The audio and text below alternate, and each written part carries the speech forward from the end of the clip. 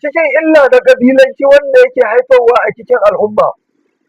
‘Yan uwa masu albarka, akwai mutumin da na zauna da shi ban manta lokacin da muna makaranta, akwai wanda muke tattaunawa da shi daga cikin mutanenmu Hausawanmu na Sudan.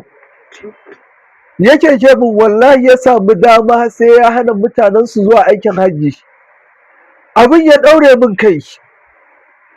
Na ji maganar wata zama wani banƙwaraƙwai ta yi min nauyi. Shi ne yake nuna cewa ai Saudiya suke ɗaukar nauyin Larabawa suna ruguza yankunan nasu na su Hausawa waɗanda suke a Sudan, ana hana su ilimi da abubuwa da dama ya ta kawo mun. To ƙarshe da na duba na ga dai wannan abin ne al'unsuriya, illa ƙabilanci ne yake haifar da wannan abubuwan. A nan lokacin ne mai bayani kai har wani ƙalubalanta ya kawo mun dangane da sahabba, ta a wurin sahabba annabi wai ana nuna bambanci. Nake a'a, ba a nuna bambanci. Nace Bilal baƙin fata ne ɗan Habasha, shine ladanin manzon Allah sallallahu alaihi wasallam. Bilal shine wanda ya auri ɗanwata Abdurrahman bin Auf. Ga Usama bin Zaid shine hibbun Nabi ibn hibbun Nabi, masoyin manzon Allah sallallahu alaihi wasallam. Sahabbai har kamun gawa suna yi da shi domin a isar musu da wani abu wurin manzon Allah sallallahu alaihi wasallam, domin a yana da alfarma a wurin manzon Allah.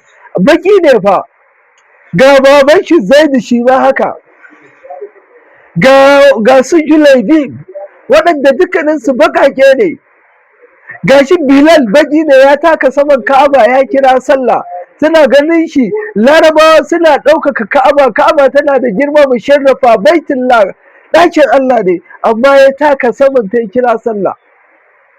Kun ga alamar me kenan, yana da girma yana da matsayi.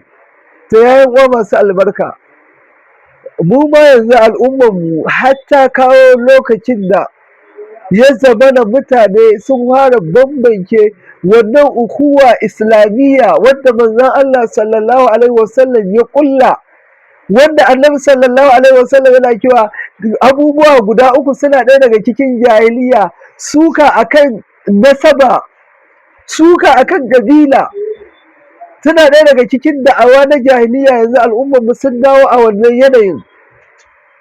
Saboda haka mu gane ita gaskiya ce, ko a bakin wa ta hito, ilimi ne ko a bakin wane ne ya fito.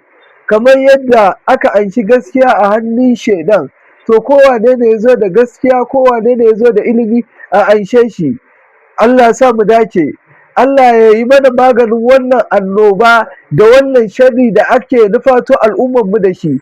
Muna tawassali da 60 na Alƙur'ani, muna tawassali da sunayen Allah kyawawa da siffofin shi maɗaukaka. Ya Allah, dukkanin waɗanda suke so su kawo ma al'ummar mu fitina, ya Allah ka bai da fitina zuwa gare su. Ya Allah, mutanen mu sun sani ko ba su sani ba, sun gane ko ba su gane ba, ya Allah ka ganar da su. Ya Allah, dukkanin wanda yake so ya ruguza kan al'ummar mu, yake so ya kawo fitina a cikin al'ummar mu da tashina da yaƙe-yaƙe da fitina, ya Allah ka bai da kaidin shi a gare shi.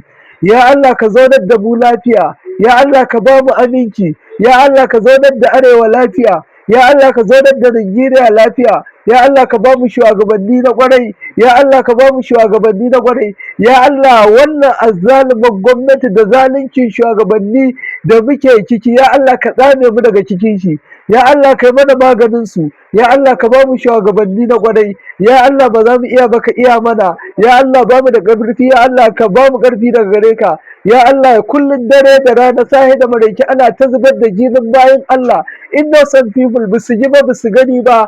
Ya Allah, ana musu yin ƙarfi